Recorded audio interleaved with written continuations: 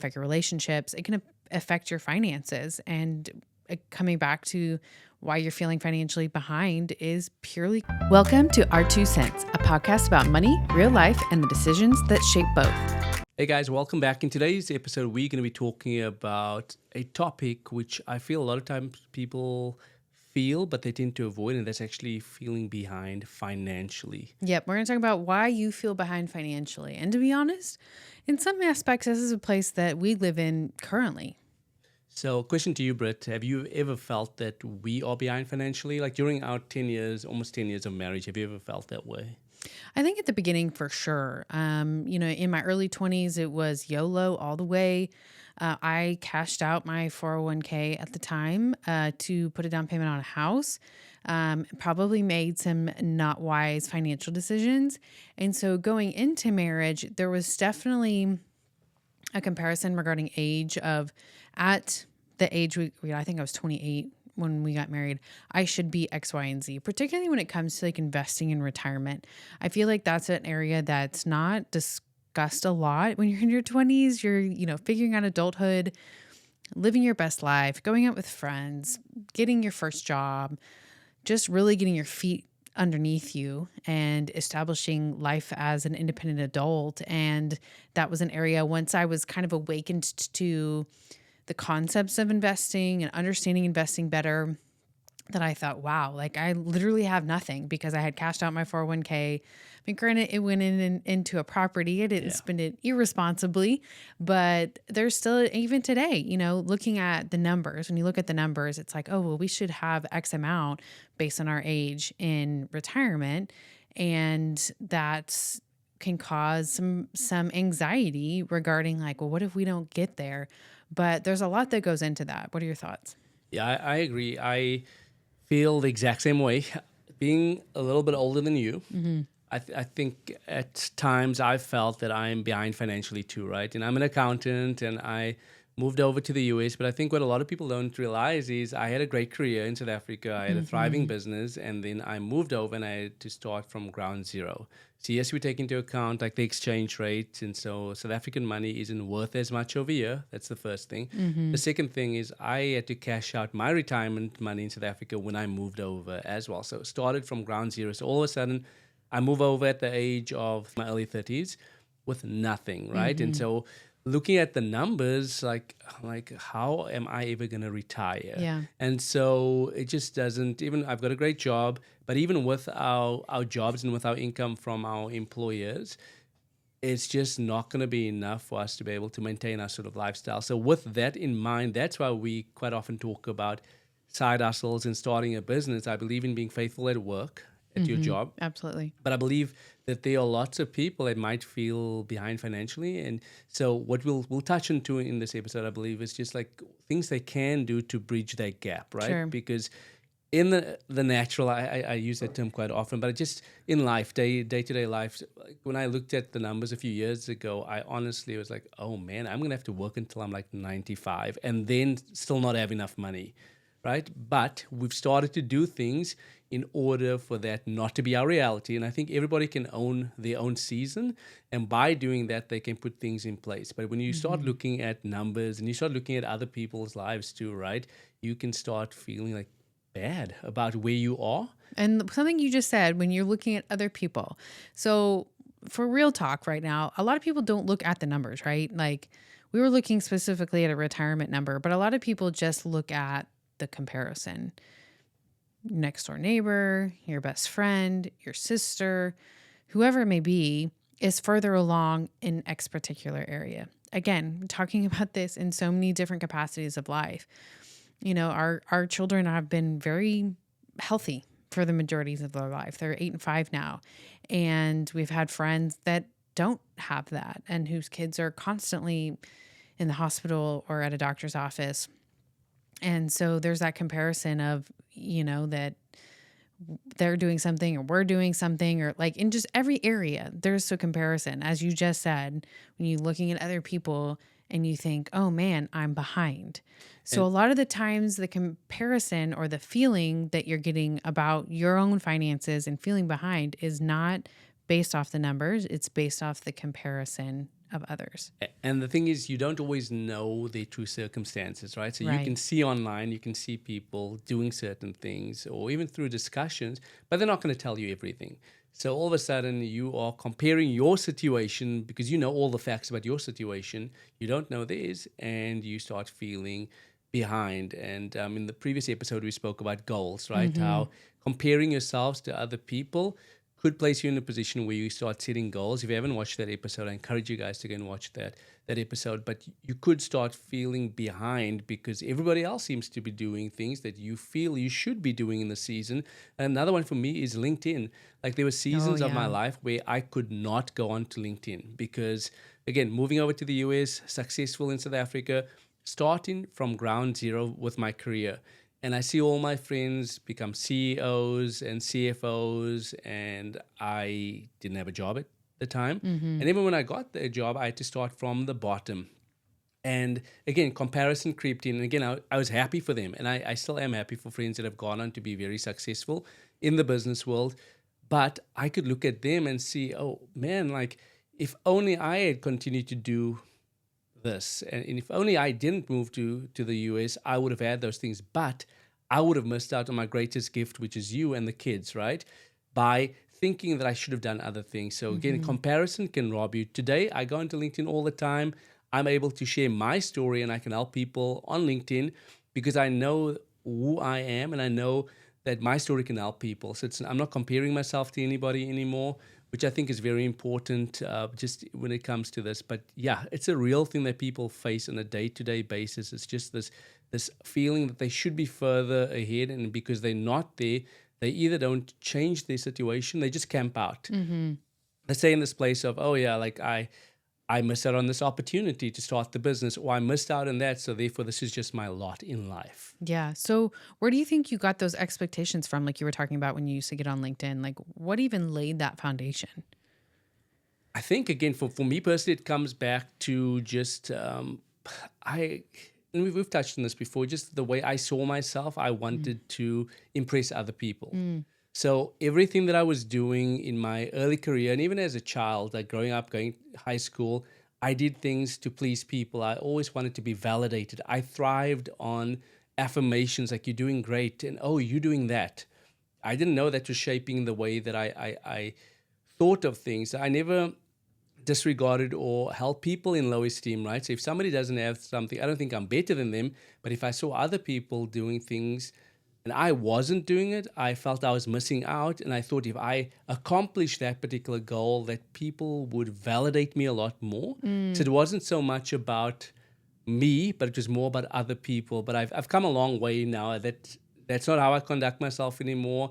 I'm happy with other people doing things, and I know that I've got my chosen path in life. Mm-hmm. I know what our goals are, and as a result of that, you might live in a nicer house, or you might live in a different part of the world, or you go on different trips and do all those things that we might not do, and that's okay. Mm-hmm. I'm happy with what we do, and so I'm able to enjoy my life now. So it started as almost like an internal, I don't want to say struggle, but an identity thing that you had to 100%. call out and address before you were able to move further past that feeling. I know for me, I'll be real, y'all, it's social media. In this day and age, growing up, I was on the cusp of the beginning of social media. I was in high school, college when Facebook came out and jumped onto Instagram. And for sure it's been the comparison game. I'm not going to try to hide it. I mean, whether it be, an influencer or a peer, it's seeing the have-nots. And that's such a slippery slope, as we all know, of comparison and how that can not only affect you mentally, it can affect your relationships, it can affect your finances. And coming back to why you're feeling financially behind is purely comparison out of fear, out of jealousy, out of misunderstanding, not understanding where people are in their journey. There's so many assumptions that people make about others' finances based on their external, whether it be physical appearance, house, car, electronics. I mean, you name the top 5 things that people spend the most money on. That would probably be 3 or 4 of the top 5. But that's just what it is. It's appearance, right? Yeah. And some of them might have been bought in cash or what we would deem as appropriate expenditure, or that that meets their level of earning. But some people, they have different goals than we do. They might buy a car that's 3 times the amount that we do, and we don't know. Are they buying it in a loan and they have a $1,500 car payment? Are they buying it in cash, but they have a smaller house? So they're prioritizing things differently. And social media has, in a lot of ways, distorted that for families. Another area is when you feel that you're behind, you can so easily miss out on what you've actually accomplished. So just because you don't have that $1 million in the bank, or you don't have $100,000 saved, right? You might have $5,000, and Or you'll be 100. or $100, right, or $50, but Yeah. you'd be more surprised. You'd actually be surprised that that might be more than most people. Yeah, the financial industry has a way of kind of beating us down, to be honest, in this environment of like, you're not doing enough, you're not there, you're not there. And that rhetoric too can be really damaging to this thought of feeling behind. You're constantly being told your savings account needs to be higher, your investments need to be better, you need to understand investing in crypto and real estate and all the hot topics right now in personal finances and in the financial industry. And so that can be damaging to, you know, this feeling of like, I'm not enough and I'm not ever going to be enough and I'm never going to reach that financial goal, because you're being told that too.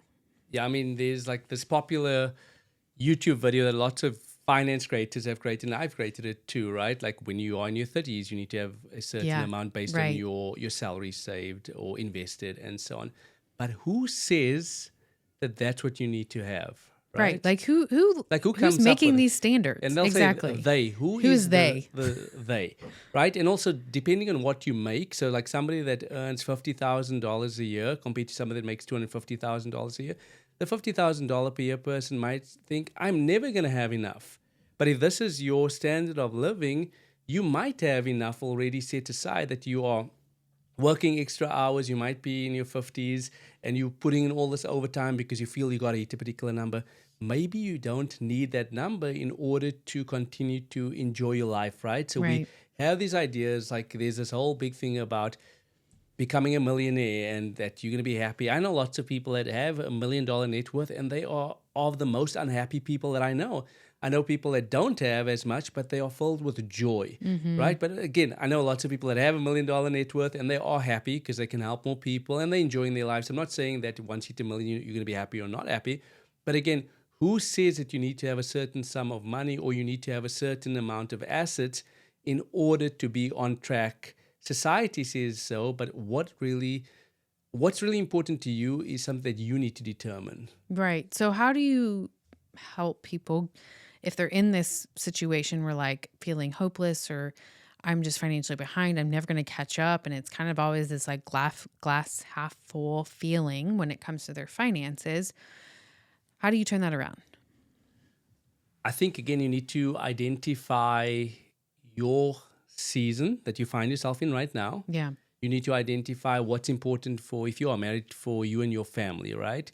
And base and build a financial plan around that. And I think it's important with a financial plan is clarity, because peace is going to come from clarity in your finances, not from your income. I'm telling you right now, we've, had different steps of income. We've gone up, we've gone way down. And peace comes from having a plan behind it, not just more zeros. Yeah. I mean, to your point, like there's something called lifestyle creep, right? So as you make more money, all of a sudden you're spending more money, but you could be spending money that's taking you away from your goals, right? So if somebody is watching this video today and they like, okay, I hear what you're saying, but I feel like I am behind, what can I do? I would say identify what you feel you need to be doing in this stage of life, like where you need to be, right?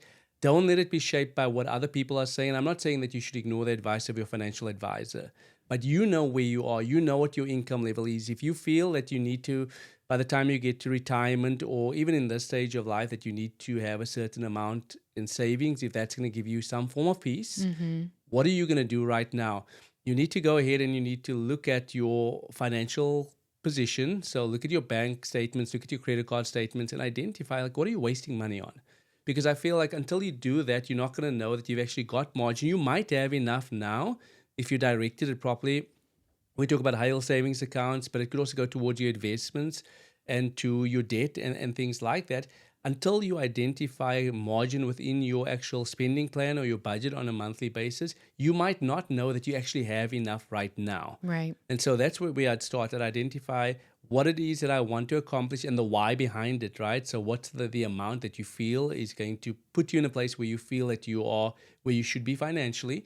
Then I'd go and identify, maybe you are there, but you just don't know, right? And if you are not there, let's look at the bank statements, look at the credit card statements, cut things out, and then let's change our habits by taking the excess cash that you've got or the surplus and then start directing it to your savings and to your investments so that you can get to the place where you do feel like I've got to the level where I feel that I should be as a family. Yeah. Another thing that I would suggest too is, and I equate it to climbing Mount Everest. I love watching these like survival shows. I love watching shows about people that do really extreme things that I would never do, because I just think it's cool to see people like live out their dreams or goals or whatever that have nothing to do with anything I would do. But when people are climbing Mount Everest, it's taken in pieces, right?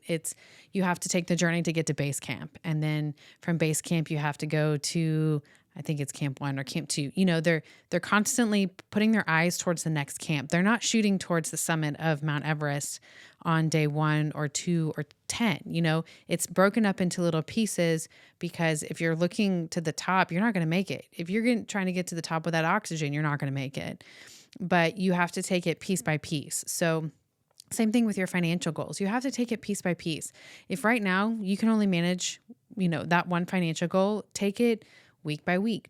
This week, I saved $25 because I didn't go out to eat on Friday night. And celebrate those wins, right? Yeah, and put that money aside. And then next week, I saved $15 this week because I only went to Starbucks once instead of going 3 times. And that, taking it piece by piece instead of looking at the whole mountain of I haven't saved $10,000 in my savings account, that's going to help your mental shift and looking at it as I can accomplish something. I can, have this success. We were talking about this yesterday, and that we're living in our goals. And some of our goals right now, we are accomplishing. Our kids are going to a great school. We are able to travel and show them the world. Like, we are accomplishing the things that we have set out to do with our finances. But so often we're living it and we don't identify that we're living in it. And so you could be living in one of your goals right now of saving money. We talked on the last podcast about identifying your goals and how to make them specific to your season. And so you could be living in that season and you're so oblivious to it because you're just thinking you're behind all the time, because maybe, you're not investing enough, or you think you're not investing enough, but you're saving something. You're ahead of hundreds of thousands of people around the world or in the US that aren't saving anything right now. Yeah. So take it piece by piece, step by step, and celebrate that along the way. And that will help shift your mindset too into that glass half full. Like, I can accomplish something. I can meet my goals. Yeah, and something you touched on about our goals, right? Like, I think sometimes when you do something, you actually are creating habits. Yeah. That just becomes a part of who you are. Like, when you drive a car, like, more often than not, you get to the destination and you just got there, right? But you did it subconsciously, and the same with this, right? Like, once you start putting things into place, maybe initially it's the small thing and you're celebrating the small wins, but eventually it will just become part of your muscle memory that you're actually accomplishing these goals. Like, to that point, like, I looked at it this morning even, and I was like, oh man, like, we accomplished such a lot. These were goals that we had set out, and we actually set for our family a few years ago. It's still goals, but we don't realize that it's actually goals because we've put systems into place that is helping us to accomplish the goals on autopilot. So I think that's a place people need to get to too, is what can you do to get there? Start small, but eventually start to automate these steps, right? Like, we save on a weekly basis, right? There's money going into certain savings accounts. There are different things that we do on a regular basis, which is actually getting us close and keeping us on track, getting us to our comfort level, which we feel is okay for where we need to be.